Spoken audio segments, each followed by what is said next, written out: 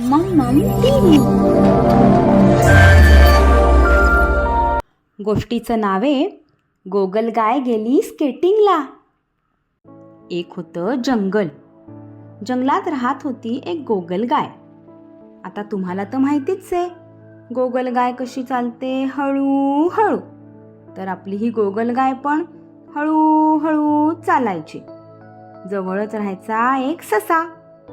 ससा नेहमीच गोगलगाईची टर उडवायचा. हळूबाई गोगलगाई, हळूबाई गोगलगाई असं म्हणून तिला नेहमी चिडवायचा. एक दिवस अशीच आपली गोगलगाय हळूहळू चालत चालली होती. ससा टन उड्या मारत आला. ए हळूबाई, चल शर्यत लावूया. गोगलगाईनी काही लक्ष दिलं नाही आणि ती तिची चालत राहिली. तरी हा चिडवतच राहिला. मग मात्र गोगलगाईला राग आला. ती म्हणाली, एक दिवस शर्यत लावेन आणि तुला नक्कीच हरवून दाखवेन. ससा मिजाज दाखवत म्हणाला, कधी कधी सांग.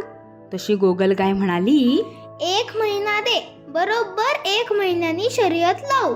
बघू मग कोण जिंकतंय ते. बरं बरं म्हणून ससा निघून गेला आणि गोगलगाय पुढे निघाली. वरून चिमणी म्हणाली, अगो तू त्याला म्हटलीयस खरी की शर्यत लावू म्हणून, पण कशी लावणार शर्यत. गोगलगाय हसली आणि म्हणाली, मी जाणार आहे स्केटिंग शिकायला माकड दादाच्या क्लासला. माकड दादा म्हणाले, काय गो गोगलताई, तू इकडे कशी काय. मला स्केटिंग शिकायचंय आणि त्या बढाईखोर सशाला शर्यतीत हरवायचंय. बरं बरं असं म्हणून माकडाने गोगलगाईच्या पायाला बसतील असे स्केट्स तयार करून दिले. गोगलगाईनी पायात घातले खरे, पण तिला प्रचंड भीती वाटत होती. जशी ती स्केटिंग करायला लागली, बाप रे, इतक्या जोरात पुढे चालली होती. गोगलगाईला तर इतक्या वेगाची सवयच नाही. तिने घाबरून डोळे बंद करून घेतले आणि आ अशी ओरडायला लागली आणि एका झाडाला जाऊन धडकली. तिच्या नाकाला चांगलंच लागलं. पण ती रडली नाही. तिने परत सराव चालू केला. या वेळेला जोरात गेली आणि धाडकन एका दगडाला धडकली. तिच्या पाठीवरचा शंख पण तुटला. तरीही ती थांबली नाही. 1 2 3 4 5 6 10 किती वेळा धडकली आणि पडली. पण मग शेवटी तिला बरोबर स्केटिंग जमायला लागलं. स्केट्स घालून कधी आणि कसं थांबायचं ते पण कळायला लागलं. असाच 1 महिना निघून गेला आणि आपली गोगलगाय मस्त रेडी होऊन आली. सकाळी सकाळी सशाच्या बिळाबाहेर आली. ए ससोबा, ये बाहेर, 1 महिना झाला. ससा आला डोळे चोळतच. काय ग हळूबाई गोगलगाई, आलीस का तू. चल ना, शर्यत लावायची आहे ना. चिमणी झाडावरून ओरडली. 1 2 3 गो. ससा पुढे गेला उड्या मारत धावत. गोगलगाय जागची हल्लीच नाही. ससा थांबून मागे वळून म्हणाला, अगं ये की, हरशील, आणि खो खो हसायला लागला. गोगलगाय म्हणाली, जा तू जा, मी गाठीन तुला.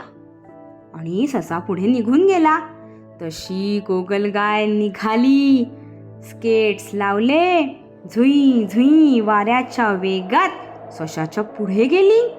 ससा आ वासून बघतच राहिला आणि कधीच शर्यतीच्या शेवटच्या टोकाला पोचली पण आपली गोगलगाय.